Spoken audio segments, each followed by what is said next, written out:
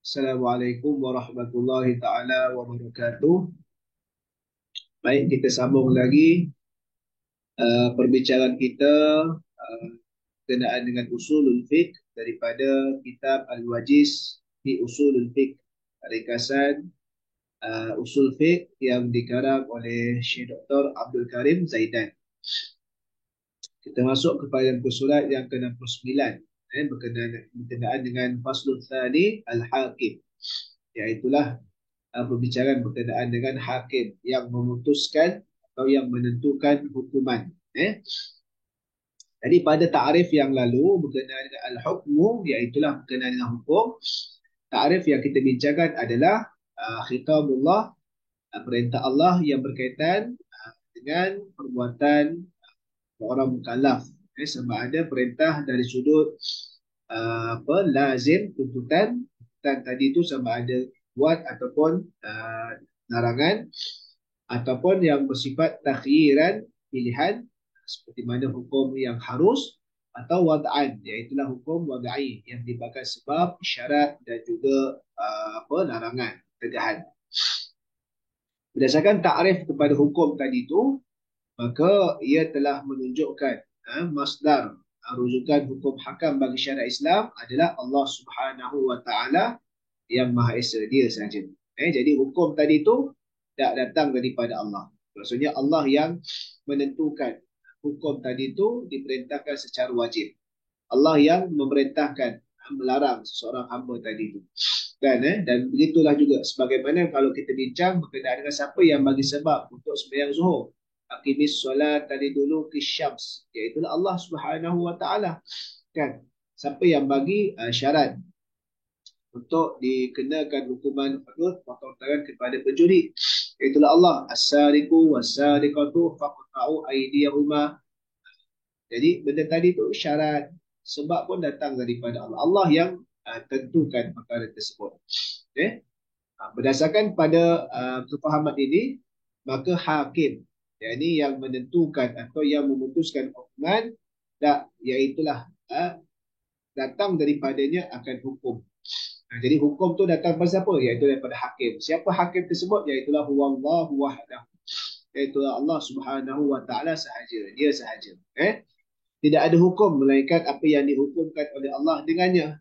Tidak ada syarak melainkan apa yang disyariatkan oleh Allah. Dan perkara ini ditunjukkan oleh Al-Quran, dan juga ia merupakan ijma' ummah wa Islam semua tentang Allah Ta'ala sahaja yang merupakan hakim, yang menentukan hukum sesuatu itu.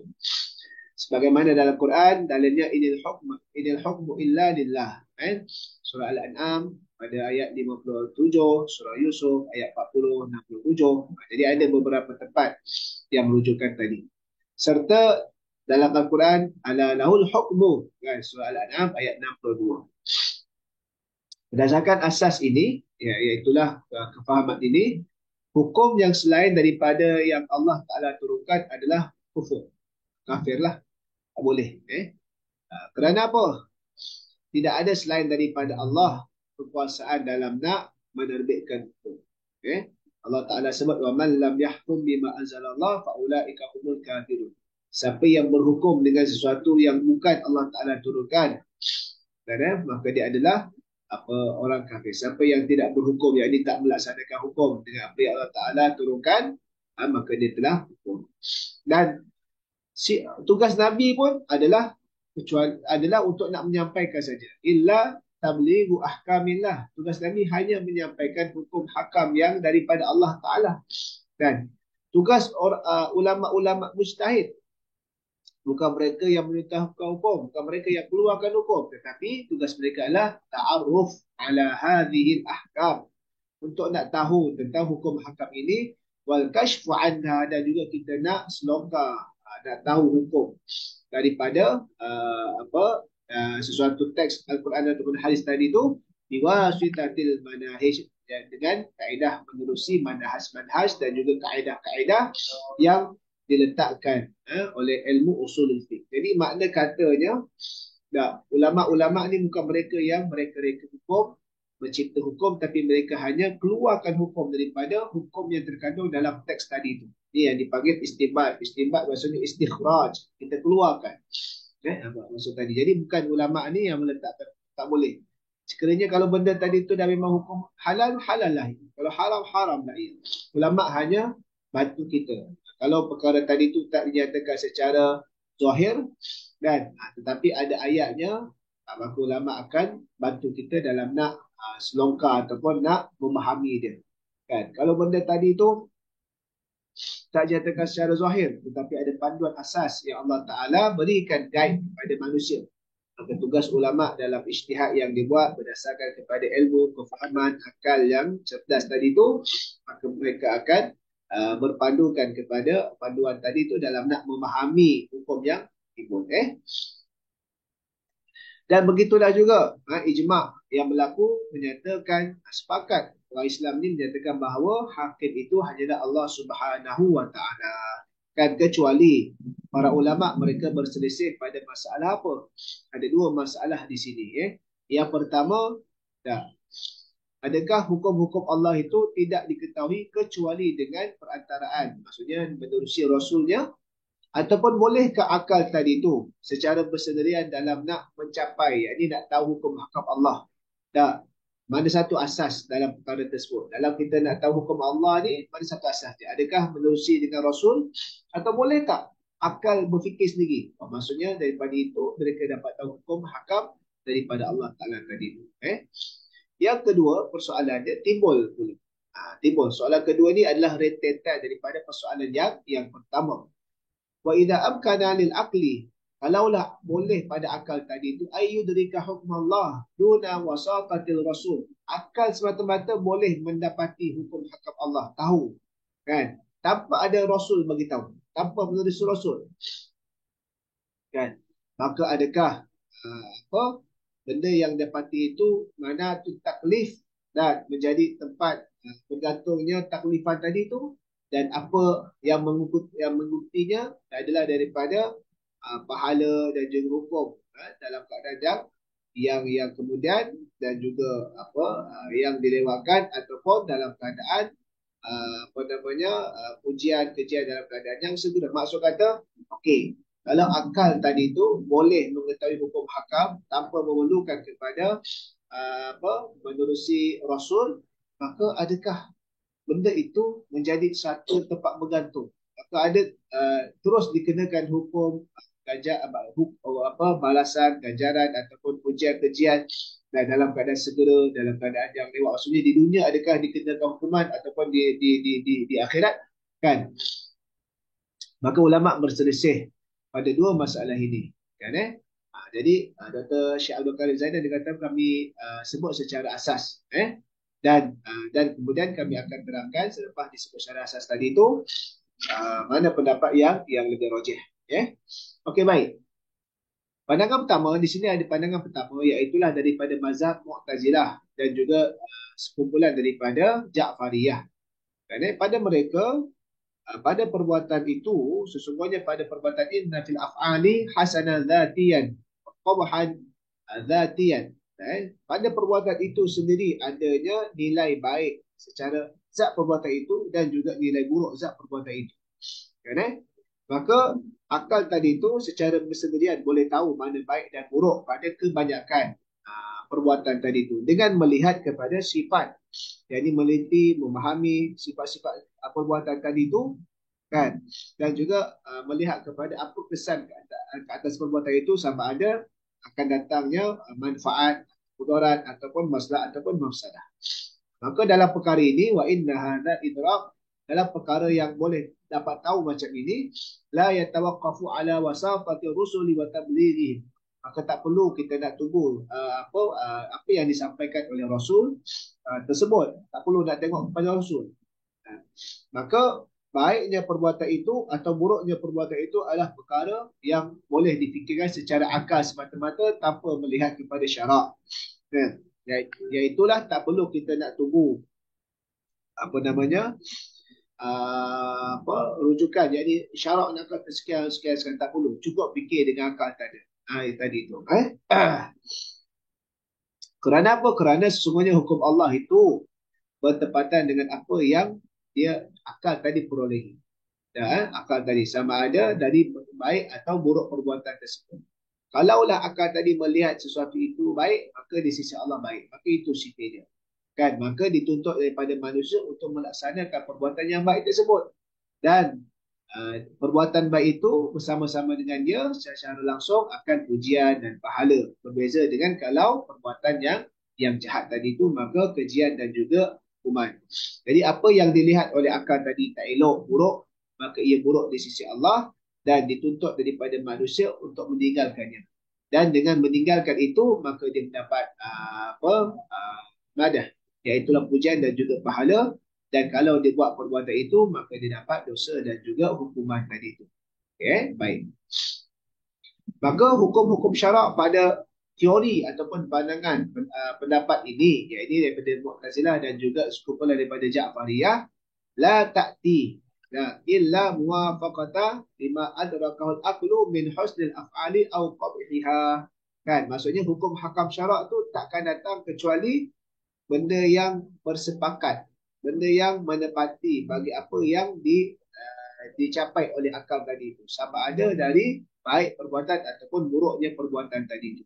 Kan, maka apa yang diperolehi, yang didapati oleh akal baik, maka datanglah syarak dengan menuntut perbuatan tadi itu untuk dilakukan. Dan tak mungkin syarak datang nak suruh tinggalkan perkara tersebut. Jadi akal dulu barulah datang syarak. Ini pada pandangan pertama, mudah ceritanya gitu. Jadi syarak ni seolah-olah hanya menyokong apa yang ditentukan oleh akal, kan? Apa yang dicapai oleh akal. Wama adrakal aqlu, apa yang dicapai oleh akal, yang diketahui oleh akal, qabhahu, akan buruknya perbuatan itu, maka datang syarak. Syarak ni seolah-olah datang sokong saja. Ditalabi tarkihi, menuntut untuk tinggalkan sebab benda itu buruk. Dan tak mungkin ayatluba fa'lahu, dan tak mungkin syarak tadi itu tuntut untuk buat perkara tersebut sebab akal dah kata benda ni tak elok. Maka begitulah, ya. Sebagaimana benda ni juga baik buruk tadi tu dalam perkara-perkara ibadah, kaifiat dia, kan? Sama ada perkara yang diperintah ataupun perkara yang dilarang. Itu asas pada pendapat yang pertamalah. Baik. Okey. Surah seterusnya, berdasarkan kepada hujah-hujah yang diberikan tadi itu, pembicaraan tersebut, annal insana mukallafun, menjadikan sesungguhnya manusia itu telah menjadi mukallaf, yakni diberi tanggungjawab ada dosa pahala, qabla bi'atatir rusuli atau qabla bulughi da'wati ilahi, sebelum diutuskan rasul atau sebelum sampai dakwah kepadanya. Kan, sebab apa? Sebab akal tu dah boleh tentukan hukum tadi itu pada zat perbuatan itu sendiri. Kan? Kerana apa? Kerana dia boleh ayyaf'ala ma adrakal aqlu hasanahu. Dia boleh buat, dia perlu buat apa yang akal tadi itu fikir akan perkara itu baik, ataupun dia kena tinggal kalau akal tadi itu fikir akan perkara buruk. Kan? Di anna hadha huwa hukmullah. Kerana pada pandangan kumpulan pertama ini, baik buruk tadi itu yang ditentukan oleh akal, itulah hukum Allah. Kan? Wa ma'at taklif, dan bersama-sama dengan taklifan tadi itu al-mas'uliyah, tanggungjawab, wal hisab, dan juga perhitungan. Ma yatba'u dzalika, dan apa yang kesan daripada itu, sama ada daripada dosa ataupun pahala, sama ada daripada ganjaran ataupun balasan. Makna katanya, pendapat Mu'tazilah dan sekumpulan daripada Ja'fariyah ini menyatakan asal hukum hakam tadi itu akal boleh tentukan. Berdasarkan akal ni nampak ni baik, maka itu jadi hukum syarak tadi itu datang selepas pada itu nak menyokong, perlu buat. Dan kerana apa? Kerana akal tu lihat baik. Dan begitulah sebaliknya kalau perkara yang tak elok. Okey, baik, itu adalah pandangan yang pertama. Pandangan yang kedua, qaulul asy'ariyah atba' Abil Hasan Ali bin Ismail al-Ash'ari wa man wafaqahu min al-fuqaha wa huwa jumhur, qaulu jumhuril usuliyin. Kan? Okay. Ini majoriti lah daripada Asy'ariyah, bulan Asy'ariyah tadi itu. Dan ini adalah majoriti yang digunakan pakai oleh pendapat ulama-ulama usul. Secara kesimpulannya, wa khulasatuhu, dia kata apa? Annal aqla la yastaqillu bi idraki hukmillah. Akal ni secara sendiri tak mampu nak capai nak tahu hukum Allah Ta'ala tadi. Secara sendirian dia. Secara sendirian. Kan? Balla buddha, akan tapi tak dapat tidak min wasatati rasul wa tablighihi. Iaitulah mesti menerusi Rasul dan juga apa yang disampaikan oleh Rasul itu. Walaysa fil af'ali hasanul dhati. Dan tak ada pada perbuatan itu sifat baik zat semata-mata. Sifat baik menerusi zat perbuatan itu. Kan? Yujibu 'ala Allah ay ya'mura bihi. Wajib. Iaitulah jadi wajib berdasarkan apa yang diwajibkan oleh Allah apabila Allah Ta'ala perintahkan untuk dibuat perbuatan tersebut. Kan? Barulah benda tadi tu ada baik. Maksudnya kata Allah Ta'ala perintahkan sedekah. Maka barulah perbuatan itu sedekah ada baiknya. Dan Allah Ta'ala perintahkan untuk puasa. Barulah perbuatan puasa itu ada baik pada dia. Sebab apa yang Allah Ta'ala perintah itu ada kebaikan. Dan apa yang Allah Ta'ala larang itu ada keburukan. Jadi apa yang Allah Ta'ala larang, maka adalah. Dan contoh kita panggil, paling mudahnya, dalam bab ibadah, walaupun ada kaedah asal yang ditunjukkan oleh Rasulullah, tapi nak katanya kita bukan ibadah secara ikut emosi. Contoh, hari raya, 1 Syawal, ataupun hari raya, Aidil Adha, 10 Zulhijjah, serta hari-hari tasyrik. Kita diharamkan puasa. Puasa tu ibadah. Asal kepada konsep ibadah adalah perkara baik. Tapi bila Allah Ta'ala larang, kita buat juga, maka kita buat benda yang tak baik. Tapi perbuatan itu dilarang bukan dia jadi tak baik pada zatnya, tapi pada kita panggil teknikal dia. Kan begitulah juga dalam hal-hal yang lain pada perkara yang contoh kalau sembahyang ada baik dia. Kan jadi kalau sembahyang tu ada baik dia, Allah Taala kata innas solata tanha 'anil fahsya'i wal munkar. Sungguhnya solat itu berperanan dalam mencegah pelakunya daripada buat perkara keji dan munkar. Tiba-tiba ada pelaku solat, orang yang solat tapi masih lagi buat jahat. Maksudnya katanya bukan salah solat, sebab solat tu Allah Ta'ala perintah. Kerana apa yang Allah Ta'ala perintah ada kebaikan. Jadi silap pada teknikal orang yang solat tadi. Itu yang perlu diperbaiki. Maka begitulah cara nak faham tadi tu. Fa'iradatullah mutlaqatun. Maka kehendak Allah, yang perintah Allah ni secara mutlak. Dia tak terikat dengan apa-apa. Kan? Jadi berbeza dengan pandangan pertama, akal kata baik, baru syarak datang. Jadi syarak tadi itu terikat kepada akal. Sebab akal yang menentukan, syarak ni seolah-olah datang dalam mengiyakan. Itu beza dia dengan pendapat yang pertama. Falhasadu ma ja'a syari'u bi talabi fi'lihi.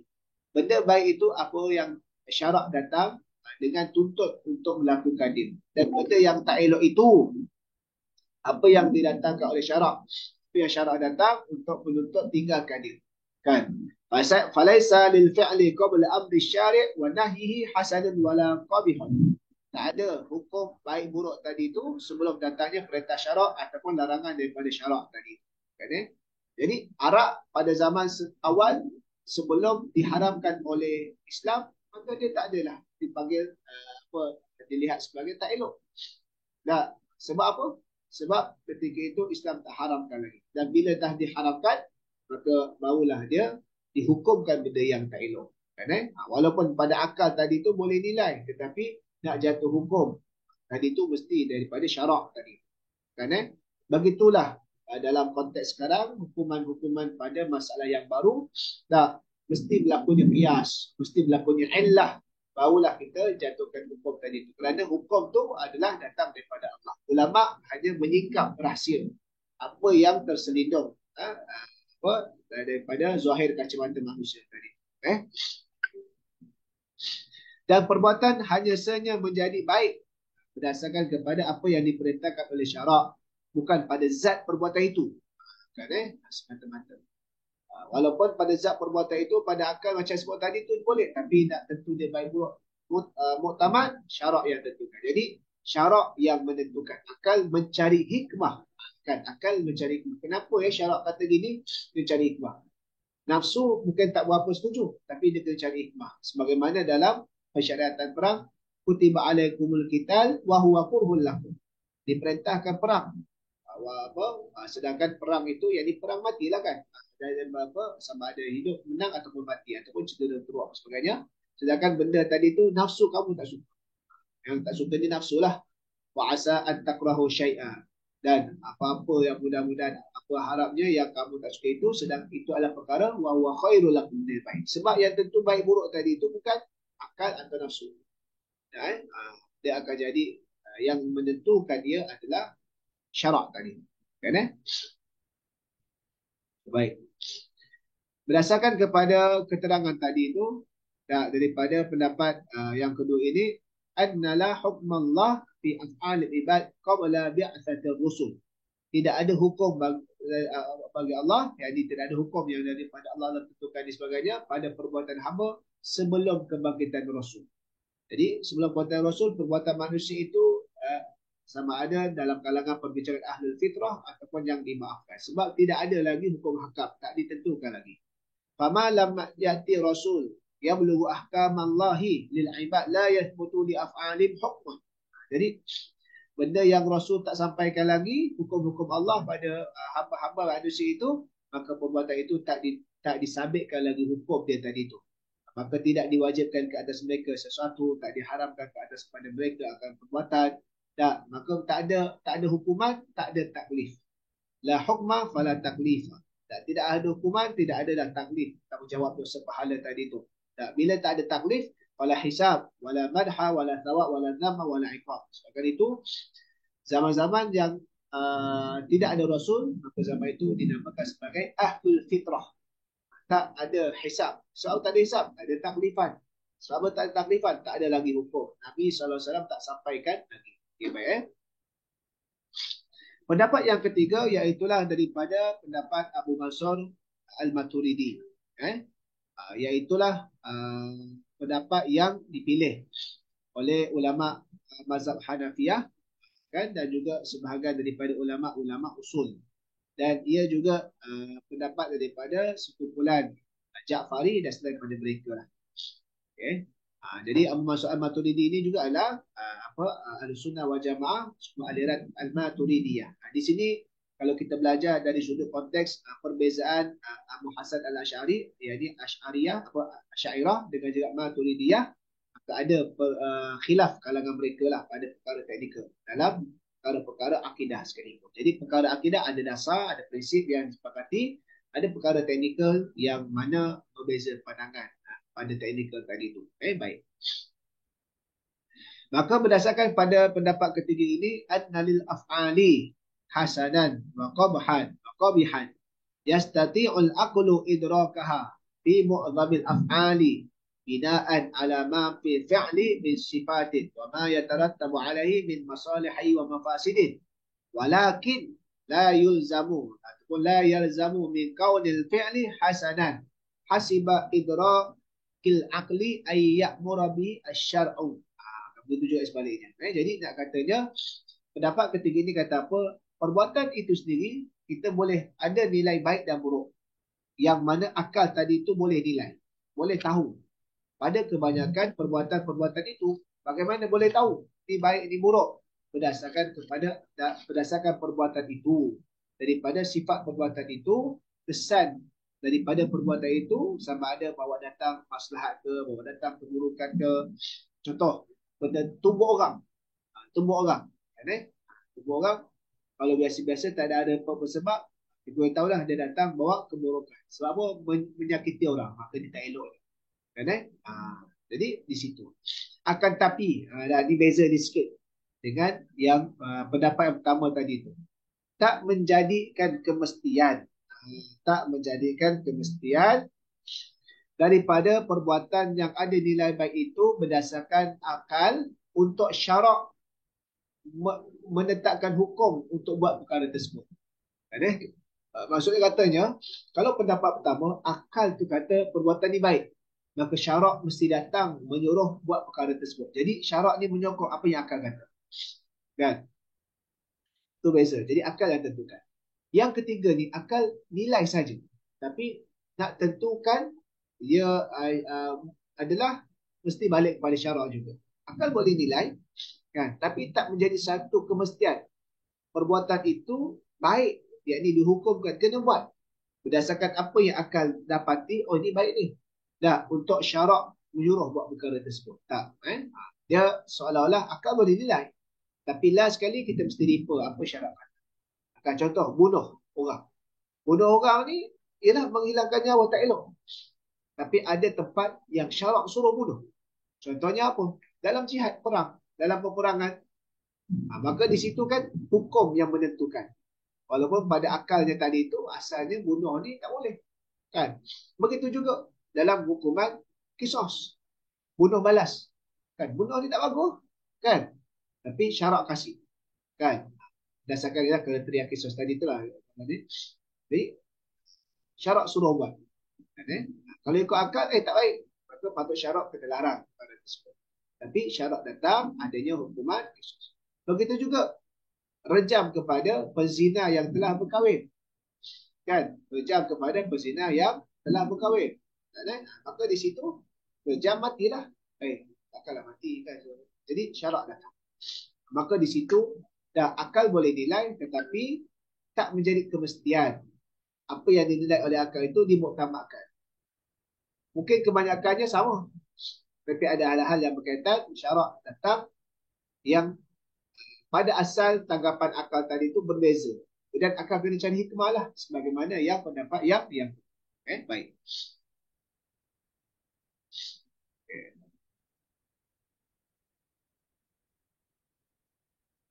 Okay. Berdasarkan perbahasan yang pendapat ketiga ini, fakullu ma yumkinu ayyuqala. Setiap perkara yang mungkin untuk dikatakan iaitu sesungguhnya pada perbuatan itu adanya kebaikan yang diketahui oleh akal. Maka yaj'alul fi'lu salihan, maka menjadikan perbuatan tadi itu elok, elok untuk syarak nak perintahkan dia. Kan. Tetapi wala yuqad, begitu juga kalau perbuatan tadi itu tak elok yang diperoleh akal, elok untuk dijadikan perbuatan itu sebagai benda yang dilarang oleh syarak. Ini maksudnya akal seolah-olah suggest. Dia memikirkan hikmah suggest pada syarak tadi itu yang nak tentukan. Sama ada syarak perintah sungguh ataupun tidak, akal dia kena terima. Kalau benda yang sebalik daripada akal, akal kena cari hikmah. Kalau benda yang menepati apa yang akal, maka akal tadi itu digunakan dengan tepat. Sebagaimana fitrah manusia. Dan wala yuqalu, dan tidak dikatakan innal hasana wal qabiha mujibani bi hukmillah bil amri wan nahyi. Mesti apa yang akan kata baik buruk mesti mewajibkan hukum Allah untuk perintah atau melarang. Jadi seolah-olah akal tu yang menentukan kepada Allah dalam penentuan hukum. Baik. Dan berdasarkan kepada tersebut, pendapat ketiga tadi itu, hukum Allah la yudraku, tak boleh kita tahu, dicapai biduni wasatati rasuli wa tablighi, melainkan dengan antara ataupun menerusi panduan Rasul dan juga apa yang disampaikan oleh Rasul. Wa bi thamma, dan kemudiannya fala hukma lillah fi af'alil ibad qabla bi'atati rusul atau qabla bulughi dakwah. Haitsu la hukma fala taklifa wa haitsu la taklifa fala thawaba wa la iqaba. Sama juga macam pendapat yang kedua. Jadi hukum pada perbuatan-perbuatan hamba itu tidak ada. Tidak dikira sebelum daripada kebangkitan Rasul utusan Allah ni sampai ada setiap zaman tersebut itulah ataupun sebelum sampainya dakwah tadi. Kan? Maka bila tak ada hukum, tak ada taklifan. Tak ada taklifan, tak ada dosa dan pahala tadi. Kan? Dosa dan pahala tadi. Jadi benda tadi tu kesan dia sama macam pendapat yang kedua. Walaupun pada awalnya nampak macam tak sama pendapat pertama. Tapi dia beza. Akal tadi tu bukan yang menentukan hukum. Cuma perbahasan pendapat yang kedua ini menerima akan pertimbangan akal. Tapi dia bukan sebagai ketentuan tadi tu. Pendapat yang dipilih pada Syekh Dr. Abdul Karim Zaidan adalah pendapat yang ketiga. Yang rajih. Wa'ayidu yang menyokong. Yang disokong berdasarkan kitab dan juga akal tadi itu. Kan, sebab dalam Al-Quran fafihi ayatun kathiratun tadullu ala anna Allah innama ya'muru bima huwa hasanun wa yanha amma huwa qabihun wal hasanu wal qabihu thabitani lil af'ali qibala al-amri wan nahyi. Kerana apa? Kerana dalam kitab, dalam Quran banyak ayat-ayat dalam Al-Quran ini yang menunjukkan Allah Ta'ala apabila dia menyuruh sesuatu perkara itu, maka ia adalah baik. Dan apabila Allah Ta'ala melarang perkara itu, maka perkara itu adalah tak elok. Maka baik buruk tadi itu dia sabit, dia bersekali dengan perbuatan dari sudut perintah dan juga larangan. Tapi secara asalnya gitulah. Namanya kebanyakan yang begitu. Ada perkara-perkara yang melibatkan kalau berbeza macam yang perang tadi itulah. Tak nak akan kena cari hikmah yang sebaliknya lah. Jadi ini antara ayat Qurannya. Inna Allah ya'muru bil adli wa ihsan wa ita'i dzil qurba wa yanha 'anil fahsya'i wal munkari wal baghi. Kan? Yang sebut tadi tu ya'muruhum bil ma'ruf atau dan apa yang diperintahkan oleh syarak daripada buat adil, buat ihsan, buat perkara baik ini dan apa yang dilarang oleh syarak tadi itu daripada perkataan perbuatan keji, perkara munkar dan melampau, apa yang dihalalkan daripada perkara-perkara tak elok, apa yang diharamkan daripada perkara-perkara yang keji dan semua sifat-sifat baik buruk ini kana tabitatan lil af'ali ya qabla wurudi ataupun qibala wurudi hukmi syar'i fi qibala adalah sifat-sifat tersebut dia tabit pada perbuatan itu sama ada yang disuruh ataupun yang tidak itu dari sudut terdapatnya hukum syarak padanya. Qabla tu qibala dari sudut. Maksudnya memanglah benda tu baik buruk dan dalam masa yang sama memang syarak kata baik dan buruk. Jadi akal tadi tu dia selari dengan apa yang ditetapkan oleh syarak tadi tu. Tapi tidaklah menjadikan akal yang menentukan. Okey. Dan akal ni dia boleh tahu baik sebahagian perbuatan dan juga buruk sebahagian perbuatan secara darurah, secara asas. Sebagai contoh, buat adil, jujur, kan? Ini tak perlu nak kaji, tak perlu nak tunggu datang. Kan? Ini adalah fitrah, naluri, kan Menipu tak elok. Bunuh orang asal tak elok. Kan? Ini secara asas bin darurah, kan? Tahu secara naluri fitrah manusia yang normal, kan? Al-birru ma itma'annat ilahi nafsu. Dalam hadis Nabi SAW kata apa? Kebaikan itu apa yang menenangkan jiwa. Dan begitu juga boleh tahu benda yang tak elok tadi secara daruri, kan? Seperti zalim, menipu, kan? Walakin hukmallah la yu'rafu illa an tariqir rasul. Nak tahu baik buruk tu secara naluri itu boleh. Cuma nak tahu hukum tadi tu, maka tak dapat tidak an tariqir rasul. Kena ikut, kena menerusi rasul. Fama lam ya'ti rasulu yablughun nasa kan hukmallah, dan apa yang tidak Nabi SAW kan bawa datang kan hukum Allah kepada manusia, maka tak disabitkan, tak dijatuhkan hukum fi af'ali nas pada perbuatan manusia, hukum sama ada diwajibkan ataupun diharamkan berdasarkan dalil daripada Allah Subhanahu wa taala. Allah Taala berfirman, apa namanya? Wa ma kunna mu'adzibina hatta nab'atha rasulah. Tidaklah kami, yakni Allah, menyiksa yakni manusia itu sehingga kami utuskan dahulu akan rasul kepada mereka. Maka tidak ada azab. Ayat ini jelas menunjukkan tak ada azab, hukuman azab sebelum kebangkitan rasul atau sampainya dakwah. Apabila tidak ada azab, bermaksud tidak ada taklifan, dosa pahala. Kan? Apabila tak ada taklifan, maka tak ada hukum Allah. Hukum bagi Allah pada perbuatan-perbuatan hamba-hamba dari sudut sama ada perintah laksanakan ataupun perintah buat ataupun pilihan jadi yang dibolehkan pada mereka.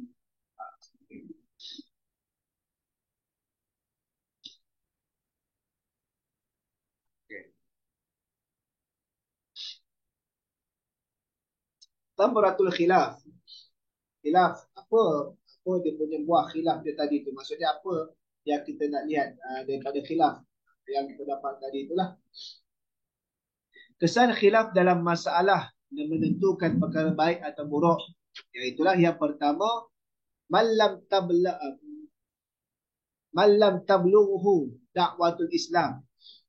Siapa yang padanya tak sampai dakwah Islam ataupun seruan Rasul secara umum, maka fa'indal mu'tazilah, di sisi mu'tazilah, orang tadi tetap kena hukuman, dihisap atas perbuatan dia tadi tu.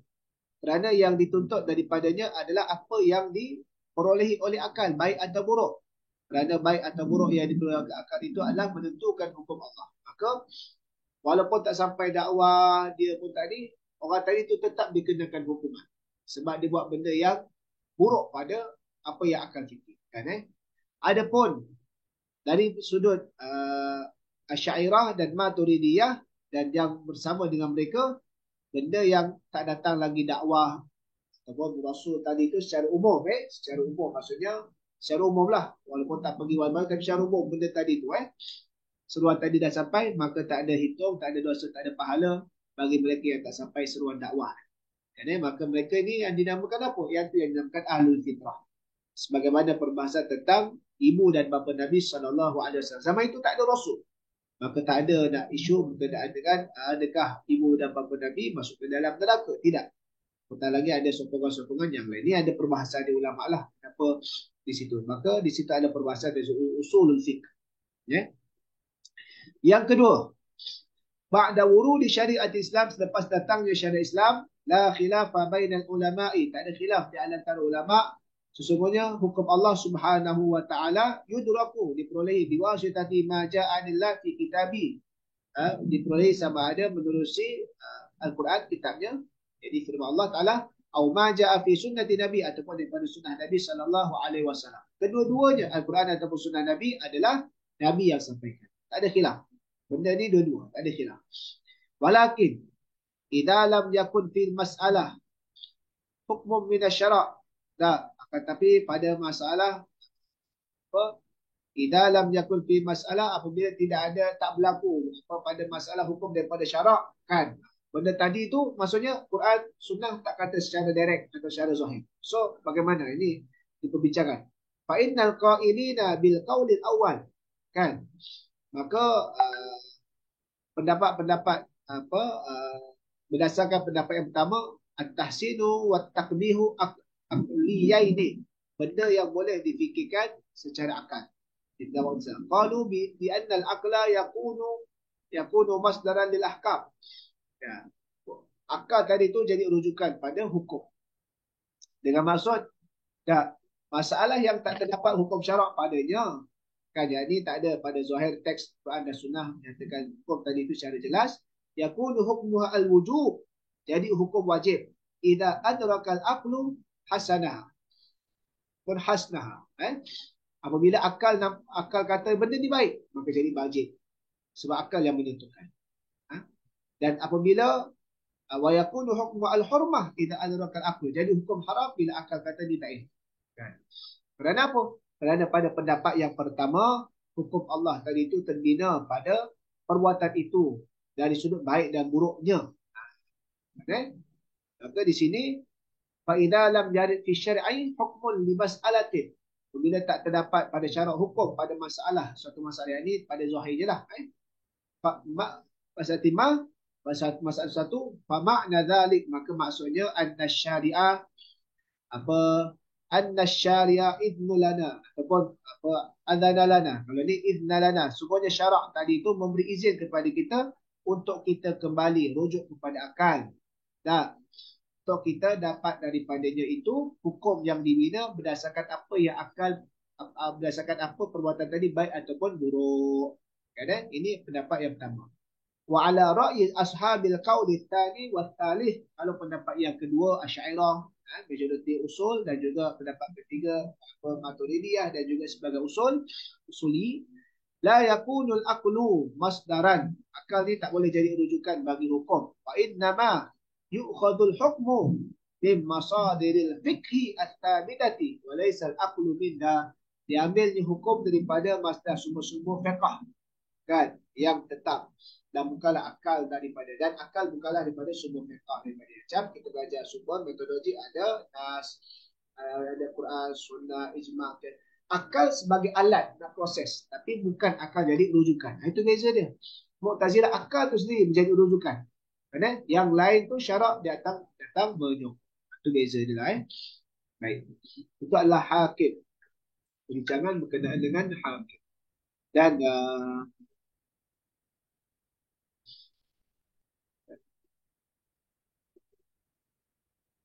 kita masuk sikit perbincangan yang ketiga, al-mahkumu fihi, sebab ini ringkas sahaja.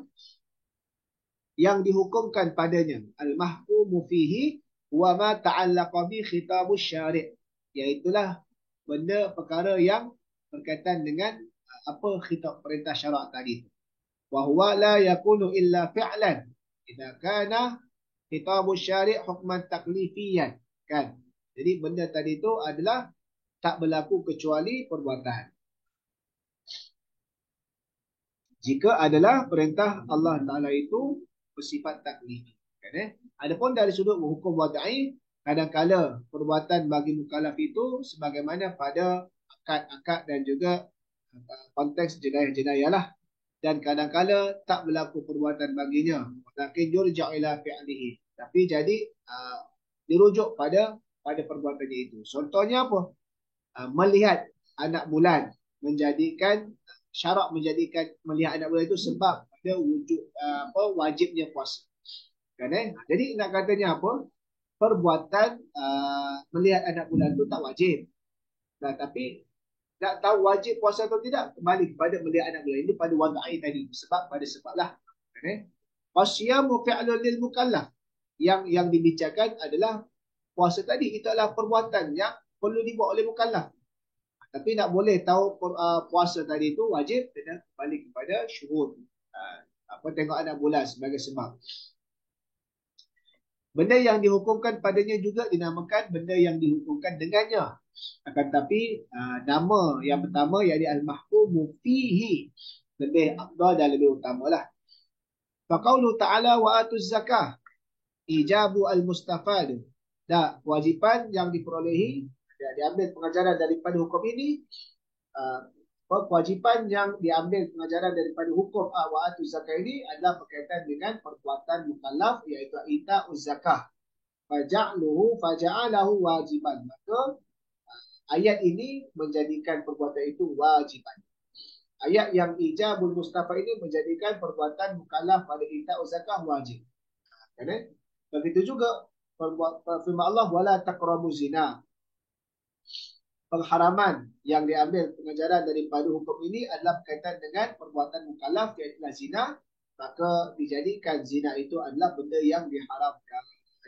Maka mahkum fihi adalah apa? Perbuatan zina itu adalah haram. Mahkum fihi itu apa? Benda yang dihukumkan padanya apa? Iaitu perbuatan zakat itu adalah yang wajib. Okay? Begitu juga dalam bab sunat, iaitulah menulis hutang. Kita batul dain, menulis hutang. Begitu juga lah dalam perbuatan makruh, kan, iaitulah kita beri benda-benda yang tak elok. Benda tadi tu, kalau kita infak sedekah benda tak elok, maka hukumnya makruh lah. Sebab infak ni asalnya kena bagi benda-benda yang elok, yang suka, kan, supaya bermanfaat juga kepada penerima infak tadi tu. Firman Allah Ta'ala dah keharusan daripada ayat ini yang menjadikan perbuatan mukallaf tadi itu untuk nak bertebaran di atas muka bumi cari rezeki ni adalah hukumnya harus. Kan, jadi itu cara asas mahkumu fihi. Nanti kita akan sambung lagi pada berkaitan dengan perbuatan mahkumu fihi itu, apa syarat sah dia ataupun syarat-syarat bagi perbuatan yang dihukumkan ke atasnya tadi. Wallahu a'lam. Assalamualaikum warahmatullahi taala wabarakatuh.